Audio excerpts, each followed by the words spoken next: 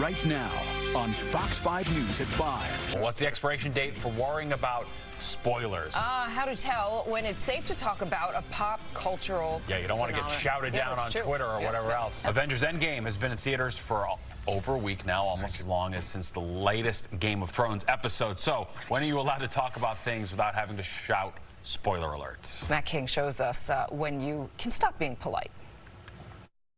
This will be the only spoiler alert in this story about spoiler alerts. What follows contains no intentional spoilers and only trailers of movies and episodes, which I suppose, if you're way behind, may reveal some things you didn't want to know. We have won the Great War. Now we will win the last war.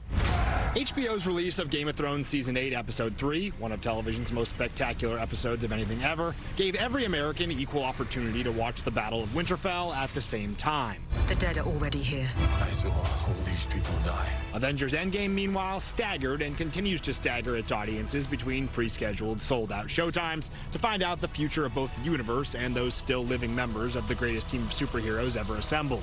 It was hard to see Avengers here. Both apexes of two of pop culture's most dominant franchises ever, an only partial pinnacle for Game of Thrones, still with 3 episodes remaining, prompted much internet chatter, many reviews and think pieces, and a whole lot of people who had yet to see one or both, begging the rest of us not to spoil either's results. Facebook or Instagram, they usually will just spoil everything. And that stinks if you tried to or had to wait to watch. But at some point, the onus for not spoiling pop culture surprises passes from those of us who watch this stuff as scheduled to those still taking their sweet time to catch up. Oh yeah, my sister, all the time. She's so mad about Game of Thrones, and I'm like, then block it. I think a week is fair enough. After that, it's fair game. I say give it a week, 7 days. People who are avid fans will probably see it within the first week. So anything after 1 to 2 weeks should be a reasonable amount of time. Etiquette expert and founder of Gramercy Protocol, Lena Koropey, agrees with Vulture staff writer Hunter Harris. I feel like if you haven't seen Game of Thrones a week after it airs, if you haven't seen Avengers Endgame a week after it comes out, it's your own peril, honestly. After a full week, we may lift the social embargo and need not issue any alert before disclosing what happened in a show or movie. Because at that point, an etiquette expert and entertainment writer reasonably argue, those who haven't watched can no longer blame the rest of us for discussing truths we and millions of others learned a week before. We owe this